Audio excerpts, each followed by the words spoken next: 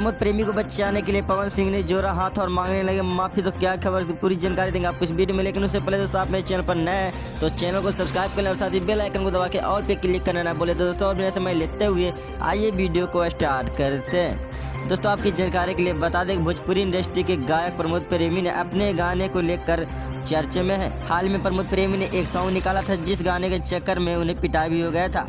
प्रमोद प्रेमी के इस सॉन्ग ने यूपी और बिहार में हंगामे मचा कर रख दिया है। दरअसल दोस्तों, प्रमोद प्रेमी जो गाना गाया है वह नेताओं पर गाया गया है, जिसको लेकर यूपी और बिहार में खास करके तो बिहार में लोग उन्हें पीटने पर उतर गए हैं। हाल ही में आप लोगों ने जरूर सुना होगा प्रमोद प्रेमी के इस गाने पर उन्हें जेल होने वाली थी, लेकिन दोस्तों जेल नहीं होगा क्योंकि उनको बचाने के लिए पवन सिंह आ गए हैं। आपकी जानकारी के लिए बता दें कि जो गाने पर इतना बवाल मचा है उस गाने का नाम है चिराग पासवान बेचे लगी चोली लालू जी पसंद करेंगे।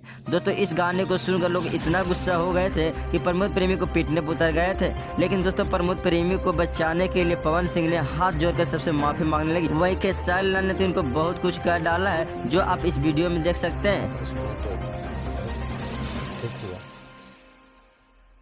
जो नरसंहार हुआ, निशब्द हुआ, ऐसे लोगों को तो रहने का। दोस्तों, आप लोग तो जानते हैं पवन सिंह और खेसारी लाल में अभी विवाद छिड़ा हुआ है। तो दोस्तों, आप क्या कहना चाहेंगे, प्रमोद प्रेमी को माफ कर देना चाहिए या नहीं? कमेंट बॉक्स में जरूर बताइएगा। और साथ ही पवन सिंह के सच्चे वाले फैन है तो चैनल को सब्सक्राइब जरूर कीजिएगा।